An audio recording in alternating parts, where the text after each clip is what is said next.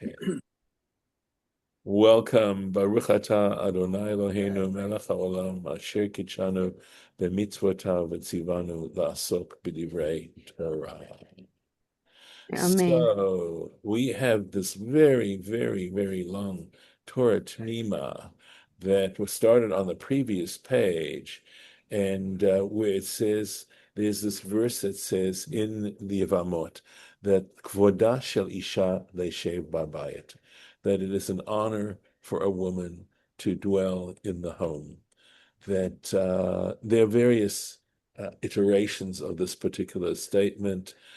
Sometimes the one that's possibly the most common is kvoda shel isha pnima, and we may actually get that as we get through the Torah Tmimas. Okay, so anyway, the idea of modesty, and he went into a whole bunch of different things about this and the origin of this, etc. But he still has some more to say, right?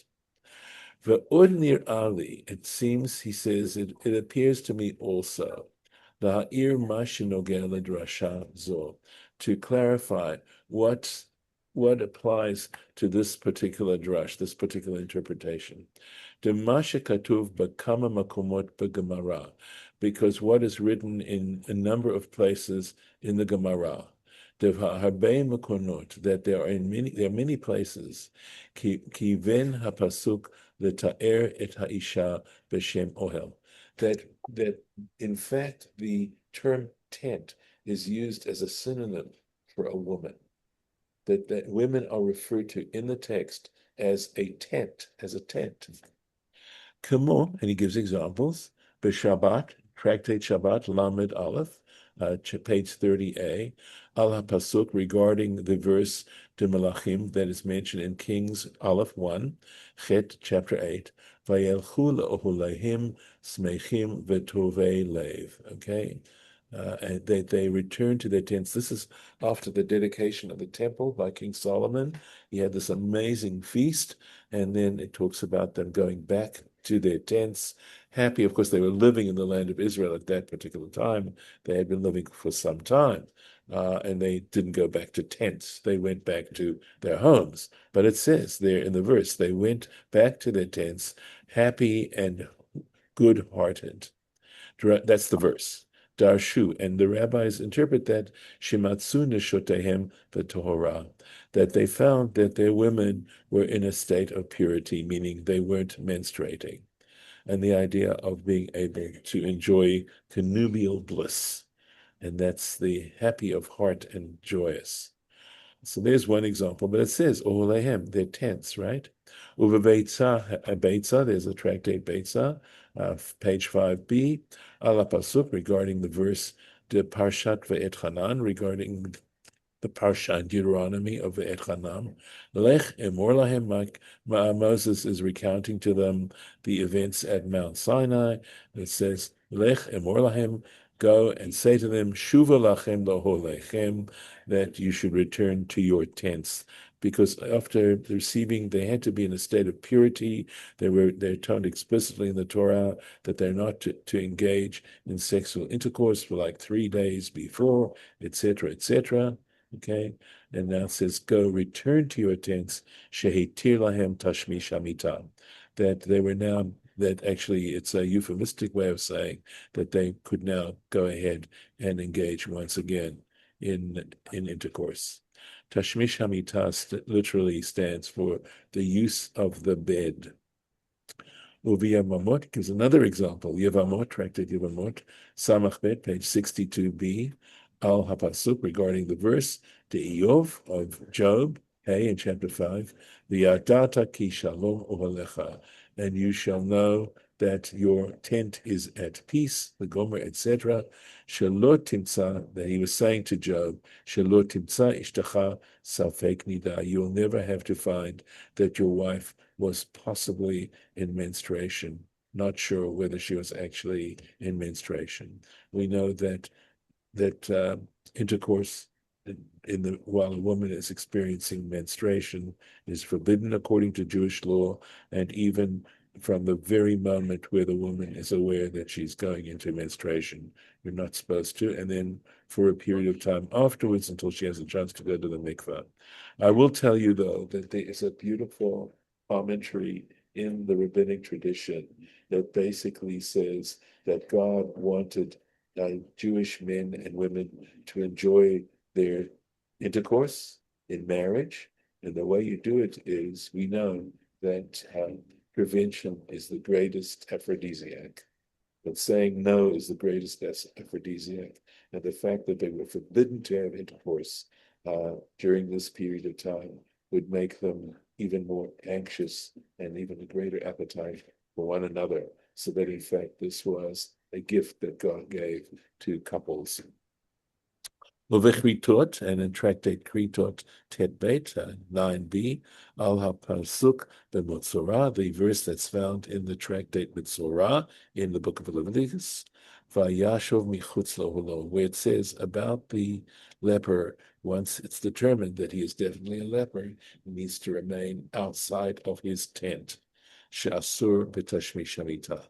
The point is, he's not allowed to engage in intercourse. Hakol hu al yesod rasha zo, and everything is based on this particular interpretation here in our verse in Genesis. Hine ba'olam, behold, she is in the tent. Melamed, and it tells you, here it is, shekvoda shel isha le'shev b'bayit, that it's honorable for a woman to remain alone, to be a dweller in a home dwelling. And so will be clarified by means of this hapasuk, the verse, sof perik, sof parsha Chayei. There's a verse that's mentioned at the end of Chayei Sarah, right? It's the next parsha.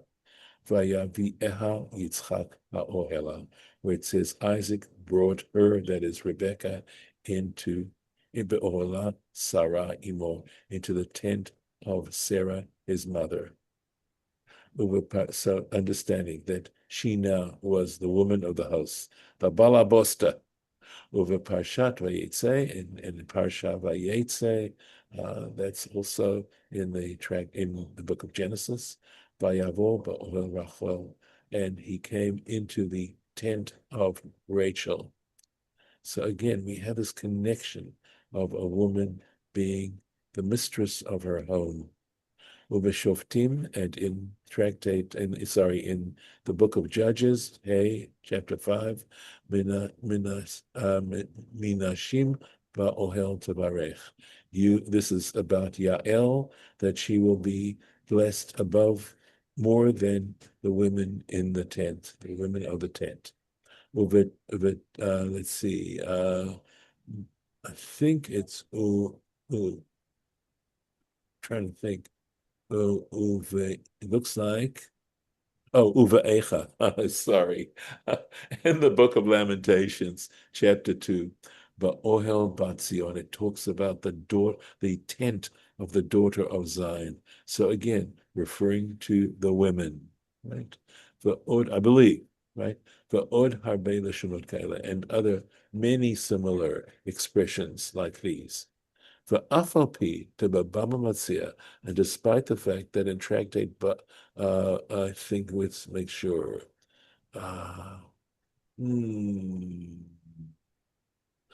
Trying to think, is this Baba Metzia? Yeah, Diva Baba Metzia. Even though in Tractate Baba Metzia, Pei Zayin, that would be 87a, Bidrasha Haba'ah, in the next drasha, we're going to see there, here, Baba Metzia, Pei Zayin. This is the next one we're going to do. So, let's make sure I have it. Bidrash Haba'ah. Amru, they said, Al Pasuk Zeh, regarding this verse, right, Hine ba'ol, she's in the tent, Hine ba'ol. No idea, that was to tell you, Shesara imenu tznu'ata, that saying she was in the tent is a way of expressing Sarah's modesty, that she was modest. Mashma, and that implies the yatzah miklal sha'arei nashim. And what's interesting is here it implies that because if this verse is having to mention specifically that she was modest, the idea there is that she was an exception from other women. Ach mukminan, right? But we, at the same time, we have established kol bat Yisrael acheskat ksherut v'tzniut, that regarding any Jewish woman, she is under the legal presumption that she is kasher, in other words, meaning that she doesn't engage, she's not promiscuous, and that utzniut, and that they're modest, they show modesty. Ma'aseh avot, and we say that the actions of our patriarchs, the imahot, and our matriarchs, yashu banim uvanot, that the sons and daughters inherited these particular characteristics from what they did, how they behave.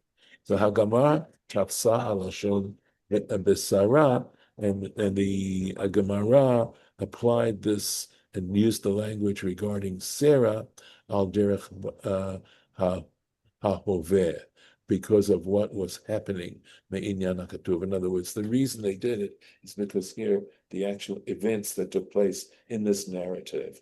That's why they expressed it in this particular way. The duk QED. So, right. Any comments before I plunge further? Okay. All right. Going to give you that opportunity when we finish here. So hine ba'ohel, behold, she indeed, or behold, she is in the tent. Hodia, this is to let you know, shesara imenu, that Sarah a matriarch, snua haita, that she was a modest person. So not a lot to say here now, because he said so much in the previous comment. I knew half the darsha haklonet. This is exactly the point of the previous drasha b'shinui lashon, but just using it in a different expression, expressing it differently. Ukfar be'arnu kol hashayach li'an drasha zo, and we've already explained all that pertains to this particular interpretation for otakodem in the previous footnote, and what applies to this particular interpretation,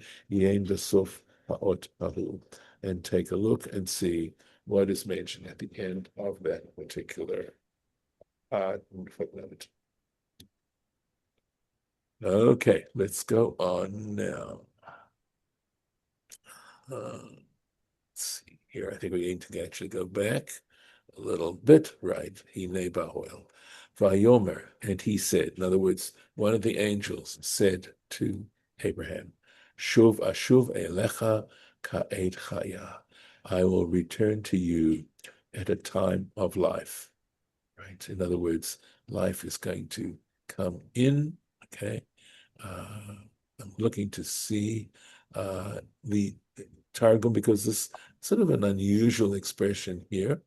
And it says Be'idan at the time, right? Va'amar, and he said, Mitav ituf, I will certainly return to you, levatach, to you, Be'idan, at a time, Da'atun kayamin, at a time when you are alive, V'havar l'sara, and behold, itatach, and indeed there will be a son for Sarah, your wife. So that's Elecha ka'ed chaya, he's understanding as meaning while you're still alive, V'hinei ben l'sara, ishtecha, and behold, there will be a son to Sarah, your wife. The Sarah shomat, and Sarah heard this, was listening, petach ha'ol, at the entrance of the tent, v'hu acharab, and it was behind him, presumably behind the angel who was telling Abraham. So she was hearing this conversation. Okay. Let's go on. Okay, let's make sure all the way here. Onwards with the next verse then. For Abraham and Sarah zakenim, Abraham and Sarah were elderly. They were of old age. Ba'im bayamim. They literally means coming of days, but it means they had experienced many, and yamim could in fact mean years here. Sometimes the word yom actually means a lot, right? So again, the onkelos sivu alu, a law, I suppose, the Yomim. They had experienced days. Chadal liot l'Sarah, it ceased to be for Sarah orach kanashim, the way of women. So, and again, it's a euphemistic way of referring to menstruation. Vatitzchak Sarah b'kirba lemur, and Sarah laughed in her heart. She laughed inwardly, thinking, Acharei valoti, after I have faded, Aita li edna, shall I have pleasure? It's from this word Eden, like Gan Eden. So it can mean refreshment, and in fact, it's referring, again, it's a euphemistic way of referring to menstruation. The Adoni Zaken, and my husband being so old. In other words, two reasons why she was laughing in disbelief at the idea of having a child. Second, please.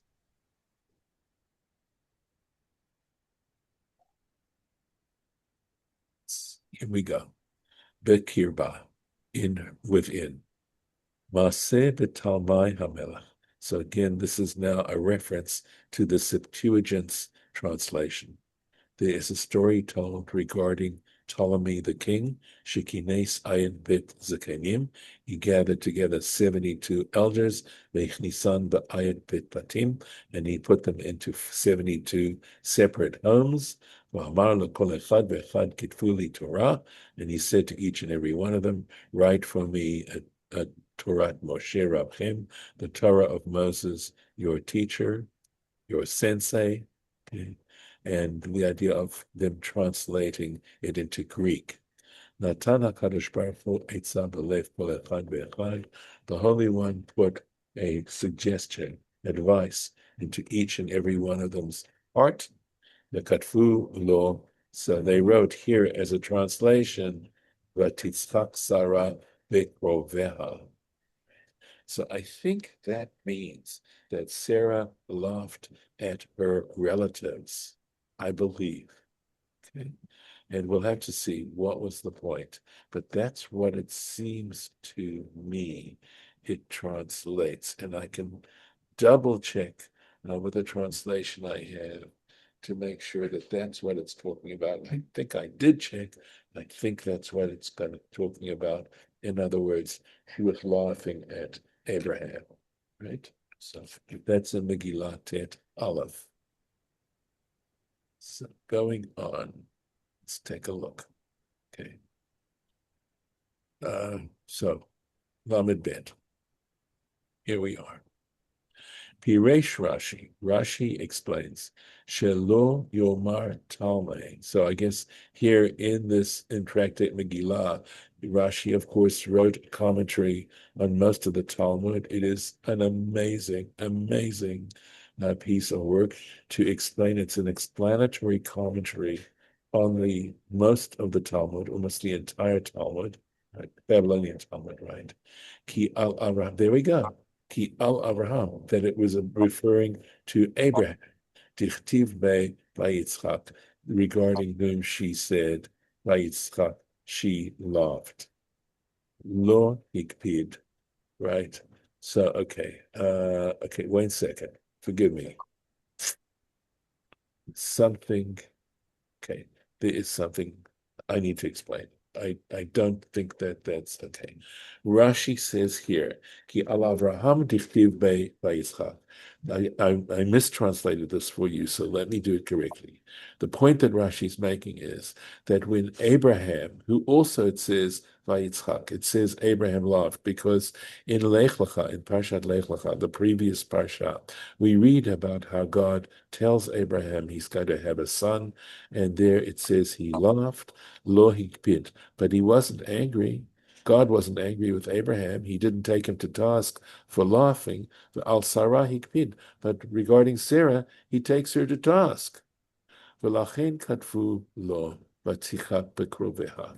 And that's why, in other words, explaining the reason why they wrote she laughed at her relatives, right? V'lachen hikpid. And this is the reason why God was angry or took her to task. That's the end of the Rashi there. The point, though, before I go on, is it showed an inconsistency. That's the issue. That when God, earlier on in Pashat Lech Lecha, where it talks that that Abraham loved, doesn't, it's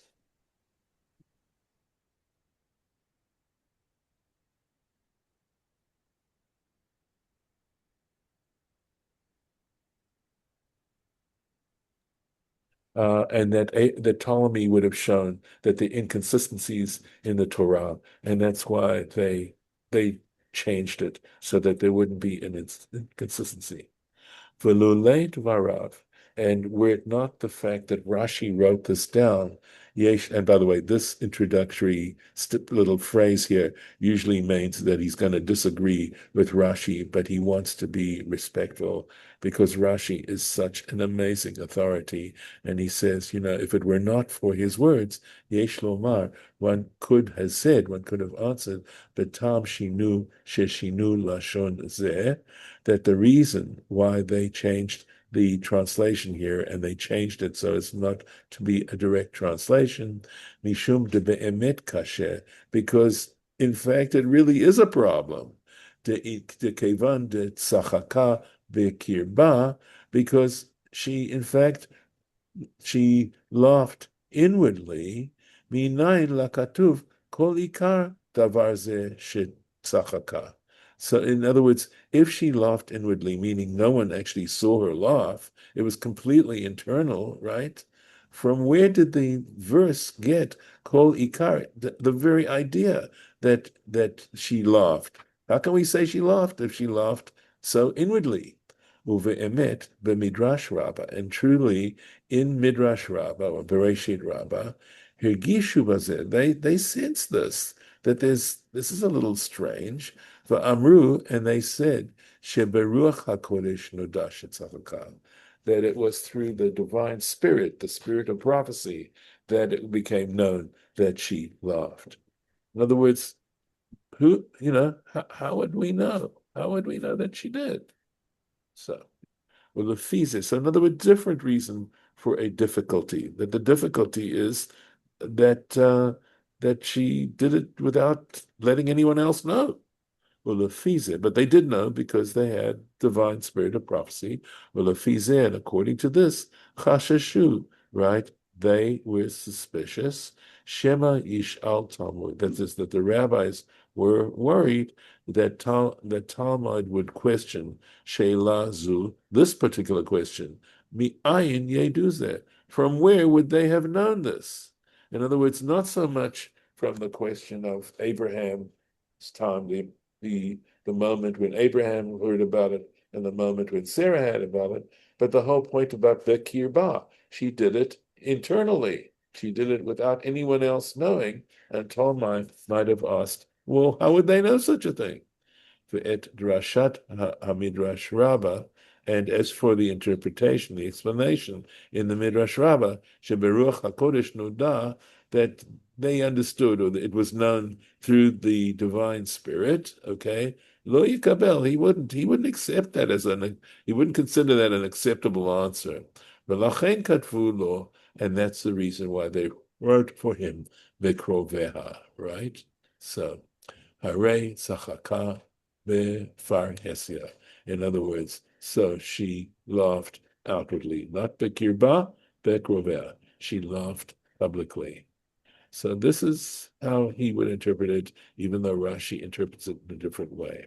Uvidavar hakavanot ze hamelech v'hataka haTorah, and the intention of this king in the translation of the Torah, al yadeh, al yado, I think, al yado, or let's see, yeah, and the fact that he was responsible for the Septuagint, for the translation into Greek. I think that's what this is about. Katavnu la'el bereish parshat Bereshit. We wrote about this above at the very beginning of Parshat Bereshit. So I'm going to stop here. It's a good place to stop for today. We have just a couple of minutes in case you have any questions about what we've done today so far. So let me do that. Stop the share. Okay. Questions, comments, thoughts? No, Yes, Harlan? no, I understand everything. It's a very nice Yeah. lecture today. Okay. At the beginning, you said that when they said, oh, hell, they meant women, but you're talking about that it associates ohelim with women, right? Or ohelot, is it? Right. So in Not this that case, they are women, not that they're identified with as women, but that they're identified with the women, that the women are in charge. right. I think if I could just sort of shade this a little bit, the very long commentary he talks about this whole idea, okay, and it's only later on where he says that very often the word tent is used as a metaphor for women. If I'm understanding you correctly, and if I'm giving you an But the adequate example answer. sounded like it wasn't talking about women, but tents that were associated with women. So remember, it said they returned to their tents happy and well-hearted, and it said because Right. they found their women. So the term tent very often, or yeah, I guess I could say very often in rabbinic literature is I don't want to say necessarily a euphemism, I'd say rather a metaphor for women, because precisely because of that association of domesticity and and I think the idea of the woman being the mistress of her home. And as I was discussing this today, it occurred to me whether or not this was saying that a man shouldn't question his wife's the way in which he wants to manage her household. That is her rightful place, Domain.